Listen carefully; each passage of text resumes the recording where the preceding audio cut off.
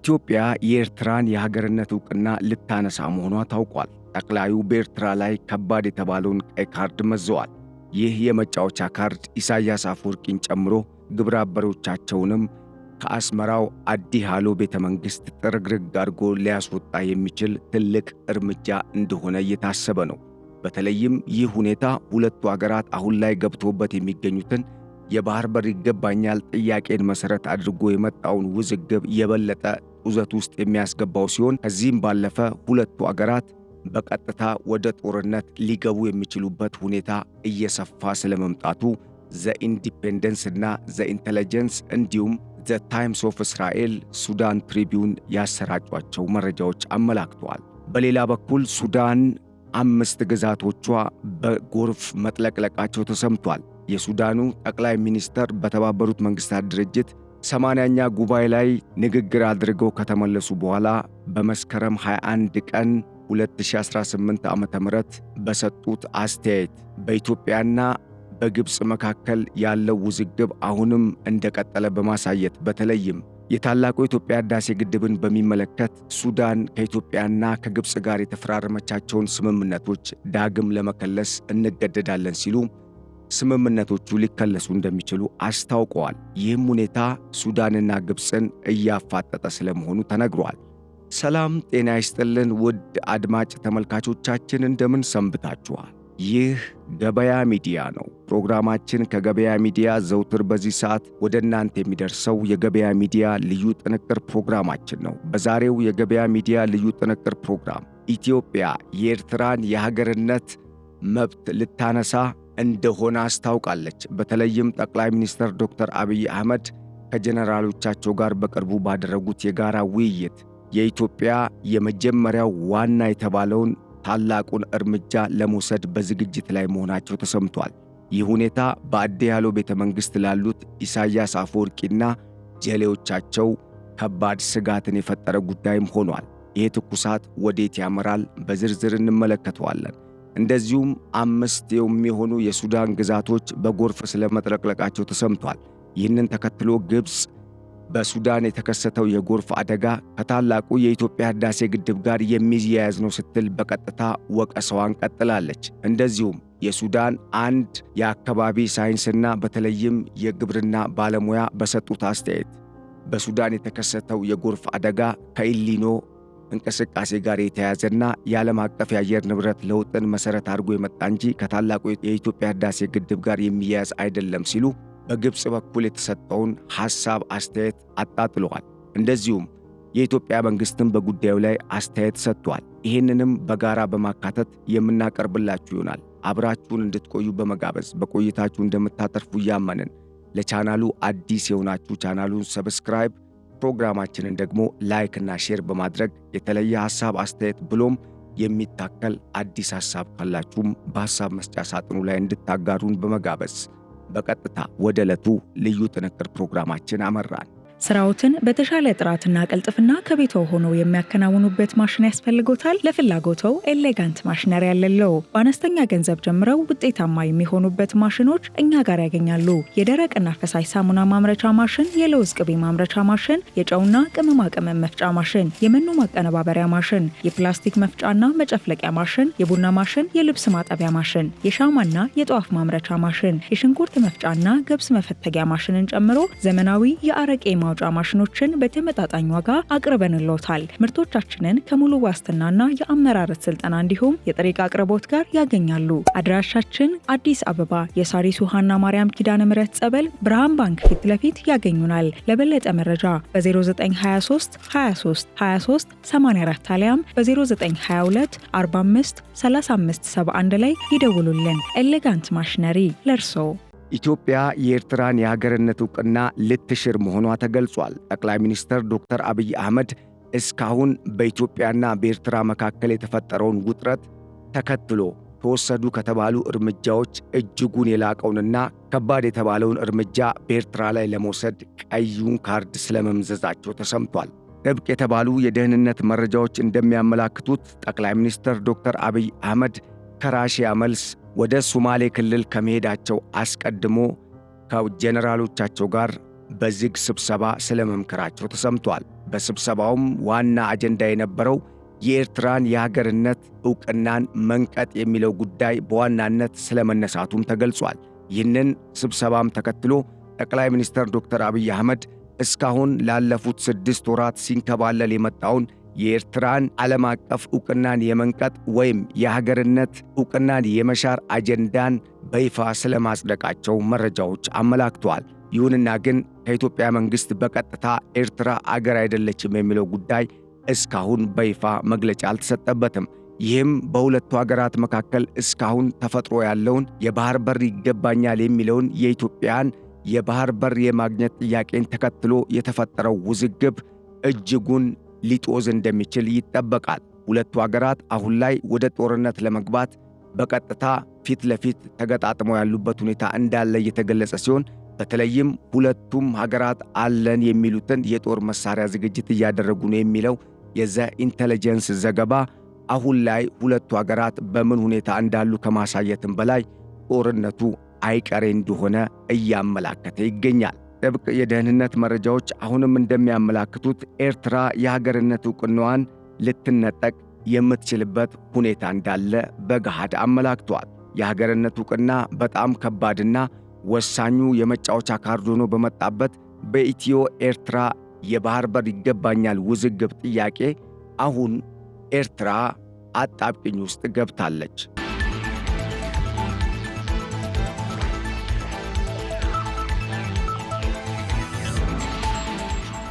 ጠቅላይ ሚኒስትር ዶክተር አብይ አህመድ ከጀነራሎቻቸው ጋር በጋራ በ4 ኪሎ በዝግ ባደረጉት ውይይት ኢትዮጵያ የኤርትራን የሀገርነት ዕውቅና ከማንሳትም በላይ በቀጣይ ሌሎች እርምጃዎችም ተከትለው ሊመጡ እንደሚችሉ ስለማመላከታቸው አፈትልከው የወጡ መረጃዎች አመላክተዋል። ዓለም አቀፍ ሕጎች ተፈትሸውና ተተንትነው ኢትዮጵያ የኤርትራን የሀገርነት ዕውቅና መሻር ወይም ማንሳት እንደምትችል ስለመረጋገጡም ነው በስብሰባው ላይ የተነሳው። ኤርትራ ማዘር ስቴትስ ፐርሚሽን በተሰኘው ለአንድ ተገንጣይ ሀገር እንድትሆን ዋናዋ ሀገር ወይም ማዘርላንድ የምትባለው ሀገር የሀገርነት ዕውቅናን የመስጠት የግድ እንደሚላት የሚገለጽ ሲሆን በተለይም ኢትዮጵያ ኤርትራ ከጉያዋ ስትገነጠል በመጀመሪያ የሀገርነት ዕውቅና የሰጠችና ማንም ያልቀደማት አገር መሆኗ ነገሩን የበለጠ አስገራሚ የሚያደርገው ሲሆን ሁለቱ አገራት አሁን የገቡበትን ሰጣ ገባ ተከትሎ በቀጣይ ኢትዮጵያ የኤርትራን የሀገርነት ዕውቅና በማንሳት በሁለቱ አገራት መካከል ሊፈጠር ይችላል ተብሎ 50-50 ግምት የተሰጠውን አውዳሚው ጦርነት የማይቀር ሊሆን የሚችልበትን ሁኔታ የበለጠ እንዲያጋድል ስለማድረጉም ተሰምቷል። ኤርትራ ማዘር ስቴትስ ፐርሚሽን በተሰኘው በዓለም አቀፍ ሕግ ውስጥ በተካተተው ዓለም አቀፍ እሳቤ መሠረት ተገንጣዩ ሀገር እንድትሆን ከዋናዋ እናት ሀገር የግድ የሀገርነት ዕውቅና መስጠት አለባት በሚለው ዓለም አቀፍ ሕግ ስር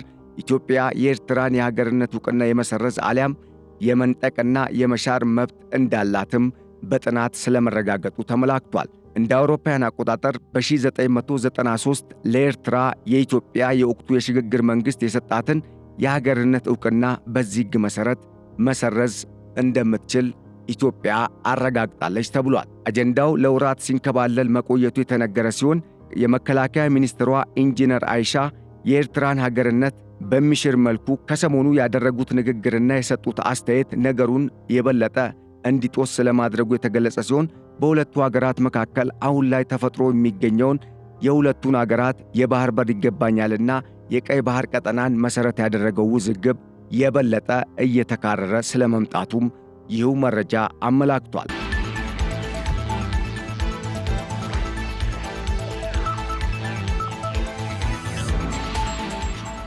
ሊፈነዳ አንድ ሐሙስ የቀረው ጦርነት በሚል በርካታ የጂኦፖለቲክስ ተንታኞች ሐሳብ አስተያየት እየሰጡበት የሚገኘው በኢትዮጵያና በኤርትራ መካከል የተፈጠረው ጡዘት አሁን ላይ ጫፍ ላይ ሊደርስ ጥቂት እርምጃዎች እንደቀሩት እየተገለጸ ነው። የመጀመሪያው ከባድ ዘመቻ በኤርትራ ላይ ሊጀመር መሆኑም እየተገለጸ ሲሆን በተለይም የኢትዮጵያ መንግሥት የሕዝብ ተወካዮችና የፌዴሬሽን ምክር ቤት ወደ ሥራ እስኪገቡ እየጠበቀ ነው የሚለው መረጃ መሰማቱ ደግሞ በኤርትራ በኩል በተለይም በአስመራ በአዲ ሃሎ ቤተ መንግሥት ለከተመው የኢሳያስ አፈወርቂና ለቡድናቸው ትልቅ ስጋትን የፈጠረ ጉዳይ ሆኗልም ተብሏል።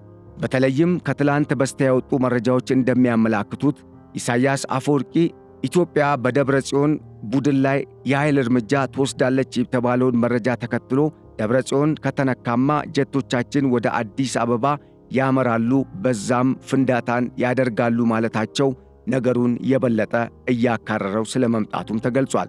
ከዚህም ባለፈ ሁለቱ አገራት በድንበር አካባቢ ጦራቸውን ማስጠጋታቸው ይህ አውዳሚ ጦርነት አይቀሬ ስለመሆኑ ትልቅ ማሳያ ተደርጎ ተወስዷል።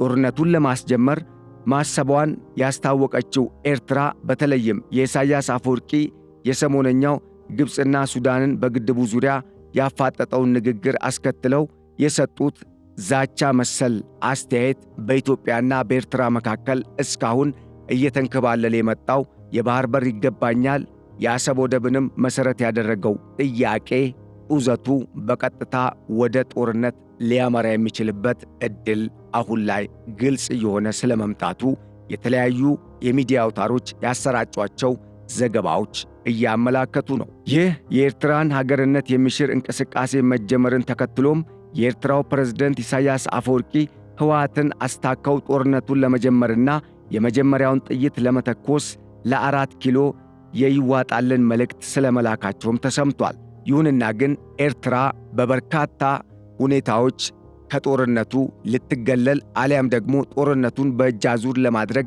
የምትገደድባቸው ሁኔታዎች ሊኖሩ እንደሚችሉ የሚያመላክቱ መረጃዎችም ተያይዘው ወጥተዋል።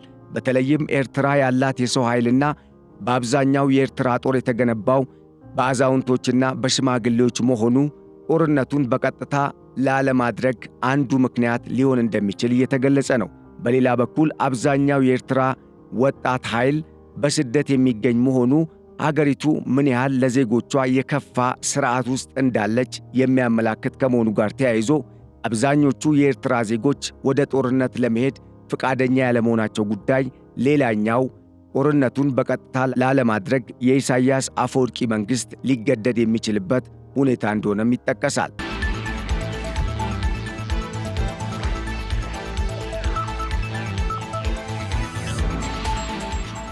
ከዚህም ባለፈ ኢትዮጵያ ጦርነቱን እንድትጀምር በተለያዩ አቅጣጫዎች ትንኮሳ ሲደረግባት ቢሰነብትም እስካሁን የሚያጓጉ የተለያዩ ፕሮጀክቶች አሉኝ ስትል በተለይም በትላንትናው ዕለት ጠቅላይ ሚኒስትር ዶክተር አብይ አህመድ ከሞስኮ መልስ በቀጥታ በሶማሌ ክልል በመገኘት የኢትዮጵያን የመንሰራራትና የማደግ ምልክት የሆነውን የጋዝ ምርት በይፋ ያስመረቁበት ፕሮጀክት ኤርትራንና በኤርትራ በኩል የተሰለፉ የግብፅ አገልጋዮችን ክፉኛ ስለማበሳጨቱ ተገልጿል። ታዲያ መሰል ሜጋ ፕሮጀክቶችን በመጀመርና በማስመረቅ አሁን ላይ ታሪክ እየሰራች የምትገኘው ኢትዮጵያ የዚህ አይነት በርካታ ብሔራዊ ሜጋ ፕሮጀክቶችን መስራት ስለምፈልግ ጦርነትን ለሚፈልጉ ኃይሎች ቀዳሚ ተኳሽ ሆኜ የእነሱ አጀንዳ አስፈጻሚ ያለውንም ስትል አሁንም ድረስ እልሃቸውን እያስጨረሰች ስለመሆኗ እየተገለጸ ነው። ጠቅላይ ሚኒስትር ዶክተር አብይ አህመድ አሁን ላይ የተከተሉት ስትራቴጂ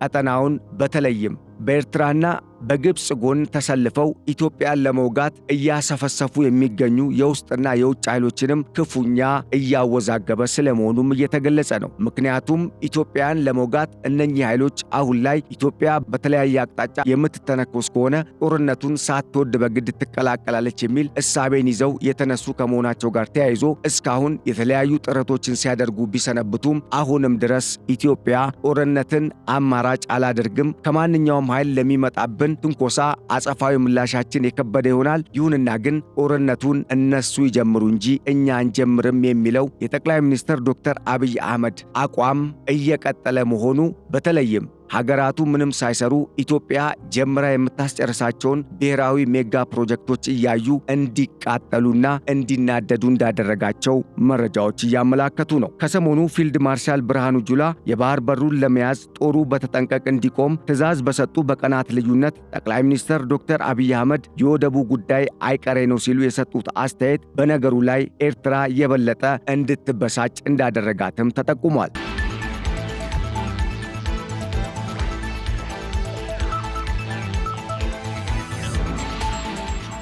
ኤርትራ በበኩሏ ደብረጽዮን ከተነካ የኤርትራ ሚሳኤሎችና ጀቶች አዲስ አበባ ላይ የጦር ዝናብ ያዘንባሉ ስትል በኢሳያስ አፈወርቂ ወይም በፕሬዝዳንቷ አማካኝነት የሰጠችው አስተያየት ነገሩን የበለጠ ሊያካርረው ከመቻሉም በላይ የኤርትራ ሕልውና ጥያቄ ውስጥ የሚወድቅበት ለዓመታት ሲፈራ የነበረው ጦርነት አሁን በይፋ ሊጀመር የሚችልባቸው ሁኔታዎች ገሃድ እየወጡ ስለመሆኑ አመላክቷል። በተለይም በጾረና ግንባር ከባድ መሳሪያን ወደ ኢትዮጵያ ድንበር እያስጠጋች የምትገኘው ኤርትራ ከቤላሩስ የተገዙ ዘመናዊ የጦር መሳሪያዎችን በፖርት ሱዳን በኩል አድርጋ ወደ አስመራ ማስገባቷ ነገሩን የበለጠ እንዳጋጋለው ዘኢንተለጀንስ ያወጣው ጦርነቱ አይቀሬ መሆኑን የሚያመላክተው መረጃ በይፋ አመላክቷል። ባለባት ከባድ የጦር መሳሪያ ግዢን የሚከለክል ማዕቀብ ምክንያት እስካሁን መሳሪያዎችን እንዳትገዛ ተገልላ የምትገኘው ኤርትራ በሱዳን መሪው ጄኔራል ቡርሃን ስም ከተለያዩ ሀገራት አሁን ላይ የጦር መሳሪያዎችን ገዝታ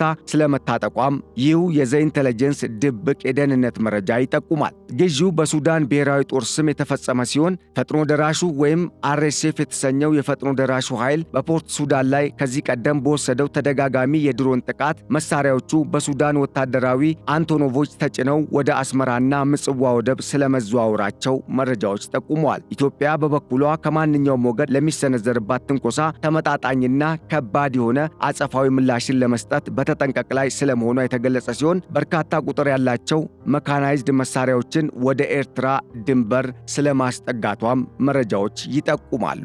በሌላ በኩል ሱዳን በህዳሴ ግድቡ ዙሪያ ከኢትዮጵያና ከግብፅ ጋር ያደረገቻቸውን ስምምነት ልትፈትሽ መሆኗ ተገልጿል። በተመድ 80ኛ ዓለም አቀፍ ጉባኤ ላይ ተሳትፈው ከተመለሱ ከአንድ ቀን በኋላ መስከረም 21 ቀን 2018 ዓ.ም በፖርት ሱዳን በሰጡት ጋዜጣዊ መግለጫ ያስታወቁት የሱዳኑ ጠቅላይ ሚኒስተር የስምምነቶችን ይዘትና ምንነት መፈተሽ ያስፈልጋል፣ ወደፊት ሀገራችን ጉዳትና ጫና እንዳይደርስባትም በማሰብ ይህንን በሁለቱ ሀገራት መካከል ብሎም በሱዳን በኢትዮጵያና በግብፅ መካከል የተፈረመውን ግድቡንና የአባይ ወንዝን የተመለከቱ ስምምነቶችን ዳግም እንፈትሻለን ሲሉ መሰማታቸው ነገሩ የበለጠ እየተካረረ እንዳይሄድ አሁን ላይ ስጋትን ፈጥሯል።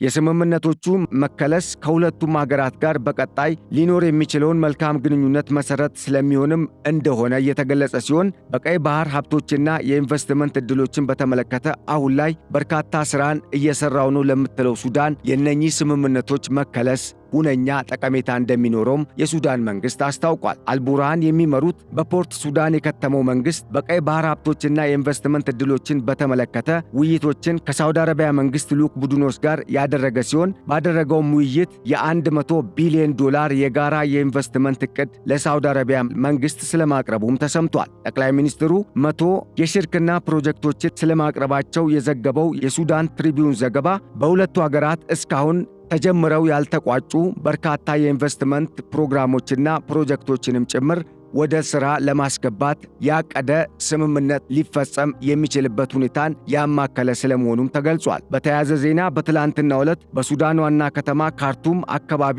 ለተከሰተው ከባድ የጎርፍ አደጋ የግብፅ መንግስት ታላቁ የኢትዮጵያ ህዳሴ ግድብን ተጠያቂ ስለማድረጉ ተሰምቷል። የግብፅ የውጭ ጉዳይ መስሪያ ቤትን ዋቢ አድርገው የወጡ ሱዳን ትሪቢዩን ያስነበባቸው ዘገባዎች እንዳመላከቱት ኢትዮጵያ የግድቡን ውሃ አሞላልና የአለቃቀቅ ስርዓት ያለማንም ይሁንታ ብቻዋን በራሷ እንዳሻት መሙላቷ በሱዳን ከባድ ጎርፍ እንዲከሰት ምክንያት ሆኗልም ስለማለቷ የሱዳን ትሪቢዩን ዘገባ አመላክቷል። ይህንን ተከትሎም በሀገራቱ መካከል ግድቡን መሰረት አድርጎ የተፈጠረው ውዝግብ የበለጠ ተካሮ ሌላ ጦስ ይዞ እንዳይመጣ ስጋትን የፈጠረ ጉዳይ ሆኗልም ተብሏል። በጎርፍ አደጋው በሱዳን የመስኖና የኃይል ማመንጫ ግድቦችን ጨምሮ ሌሎች ግድቦችም ሊፈርሱ የሚችሉበት ሁኔታ ይኖራል የሚል ስጋት ስለመፈጠሩም በግብፅ በኩል የወጡ የተካበዱ መረጃዎች አመላክተዋል። በሱዳን የተከሰተውን ከባድ የጎርፍ አደጋ ተከትሎ የሱዳንና የግብፅ የውሃ ሀብት ምርምር ባለሙያዎች የተለያዩ ሐሳቦችን እየሰጡ ሲሆን በተለይም በሱዳን 5 ግዛቶች የአስቸኳይ ጊዜ አዋጅ ስለመታወጃቸው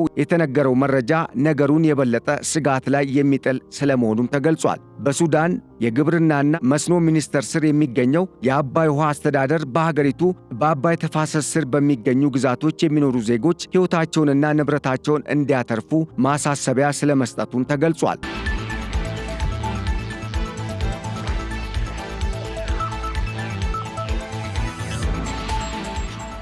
አስተዳደሩ የወንዙ ውሃ መጠን በየቀኑ የጨመረ መምጣቱን ያስታወቀ ሲሆን ከጥቁር ወይም ከብሉ ናይል የሚወጣው ውሃ በየቀኑ ወደ 699 ሚሊዮን ኪዩቢክ ሜትር ከፍ እንደሚል ወይም ሊጨምር እንደሚችል ስለማመላከቱም ተነግሯል። በተመሳሳይ በሀገሪቱ የሚገኙ ግድቦች የሚለቁት የውሃ መጠን እየጨመረ ስለመሄዱም ታውቋል። ይህም በግብፅ ላይ ከፍተኛ ስጋትን ስለመፍጠሩ የተገለጸ ሲሆን ይህ ደግሞ በካርቱም፣ ሽንዴ፣ አትባራ፣ በርበራና ጃልዋሊያን እና ሌሎች በርካታ የካርቱም ግዛቶች የጎርፍ መጥለቅለቅን እንደሚያስከትል አስታውቆ በችግሩ ሰለባ የሚሆኑት ብሉ ናይል፣ ሲናር፣ አልራዛር፣ ካርቱም፣ ብሉ ናይልና ዋይት ናይል የተሰኙ ግዛቶች መሆናቸውንም አስተዳደሩ ጨምሮ አስታውቋል። ክስተቱን በሚመለከትም አስተያየት የሰጡት የሱዳን የግብርና መስኖ ልማት አማካሪ አቡበከር ሙስጠፋ እንደተናገሩት የችግሩ መንስኤ እንደሚባለው የህዳሴ ግድብ ሳይሆን የዓለም አቀፍ የአየር ጸባይ ለውጥን ተከትሎ የተከሰተ ከፍተኛ ዝናብ መሆኑን ገልጸው በተለይም በኤልኒኖ የተነሳ የዓለም አቀፍ ሙቀት መጨመር እንደዚሁም የዓለም አቀፍ የአየር ንብረት ለውጥ በከፍተኛ ደረጃ ስለጨመረና በዚህም ሳቢያ የሚጥለው ዝናብ ከዚህ ቀደም ባልታየ መልኩ ከፍተኛ መሆኑ ለችግሩ መከሰት ዋና ምክንያት እንደሆነ አስታውቋል። በሌላ በኩል ግብፅ ይህንን ጉዳይ ከታላቁ የኢትዮጵያ ህዳሴ ግድብ ጋር በቀጥታ በማያያዝ አሁንም ሌላ ችግር ሊፈጥር የሚችል ትልቅ ግድብ ከፊታችን ተገንብቶ ስጋት ውስጥ ወድቀናል ስትል መሰማቷ ተገልጿል። በሌላ በኩል በዚህ ዓመት በአንዳንድ ቦታዎች ላይ በቀን ከ150 ሚሜ በላይ መጠን ያለው ዝናብ እየጣለ መሆኑን ያስታወቁት ባለሙያው ይህም በተለያዩ የአገሪቱ ከተሞች የጎርፍ መጥለቅለቅን ስለማስከተሉም ጠቁመዋል። የህዳሴ ግድብ ቢከፈት ደግሞ የግድቡ ውሃ ወደ አትባራ ወንዝ በቀላሉ የሚፈስ ከመሆኑ ጋር ተያይዞ የወንዙ መጠን በቀን እስከ 1 ቢሊዮን ኪዩቢክ ሜትር በላይ የሚደርስ ሊሆን እንደሚችልም እኚሁ ባለሙያ ጥቆማ ሰጥተዋል። በተለይም በሱዳን የተከሰተውን የጎርፍ መጥለቅለቅ ተከስቶ በቀጣይ ወደ እኔም ይመጣል የሚል ስጋት የተፈጠረባት ግብፅ አሁን ላይ ኢትዮጵያን ክፉኛ የከሰሰች መሆኗ አነጋጋሪ አድርጎታል። ውድ አድማጭ ተመልካቾቻችን ለዕለቱ ያዘጋጅንላችሁ የገበያ ጥንቅር ፕሮግራማችን የተከታተላችሁትን ይመስል ነበር። አብራችሁን ስለቆያችሁና ስላዳመጣችሁን በማመስገን በቀጣይ በመሰል ወሳኝ ከኢትዮጵያ ብሔራዊ ጥቅም ጋር የተያዙ መረጃዎችን ይዘን እስክንመለስ ለአሁኑ በዚሁ አበቃን። ሰላም። ስራዎትን በተሻለ ጥራትና ቅልጥፍና ከቤትዎ ሆነው የሚያከናውኑበት ማሽን ያስፈልጎታል? ለፍላጎትዎ ኤሌጋንት ማሽነሪ ያለለው በአነስተኛ ገንዘብ ጀምረው ውጤታማ የሚሆኑበት ማሽኖች እኛ ጋር ያገኛሉ። የደረቅና ፈሳሽ ሳሙና ማምረቻ ማሽን፣ የለውዝ ቅቤ ማምረቻ ማሽን፣ የጨውና ቅመማ ቅመም መፍጫ ማሽን፣ የመኖ ማቀነባበሪያ ማሽን፣ የፕላስቲክ መፍጫና መጨፍለቂያ ማሽን፣ የቡና ማሽን፣ የልብስ ማጠቢያ ማሽን፣ የሻማና የጧፍ ማምረቻ ማሽን፣ የሽንኩርት መፍጫና ገብስ መፈተጊያ ማሽንን ጨምሮ ዘመናዊ የአረቄ ማውጫ ማሽኖችን በተመጣጣኝ ዋጋ አቅርበንልዎታል። ምርቶቻችንን ከሙሉ ዋስትናና የአመራረት ስልጠና እንዲሁም የጥሬ ዕቃ አቅርቦት ጋር ያገኛሉ። አድራሻችን አዲስ አበባ የሳሪስ ውሃና ማርያም ኪዳነ ምሕረት ጸበል ብርሃን ባንክ ፊት ለፊት ያገኙናል። ለበለጠ መረጃ በ0923 23 23 84 አሊያም በ0922 45 35 71 ላይ ይደውሉልን። ኤሌጋንት ማሽነሪ ለርሶ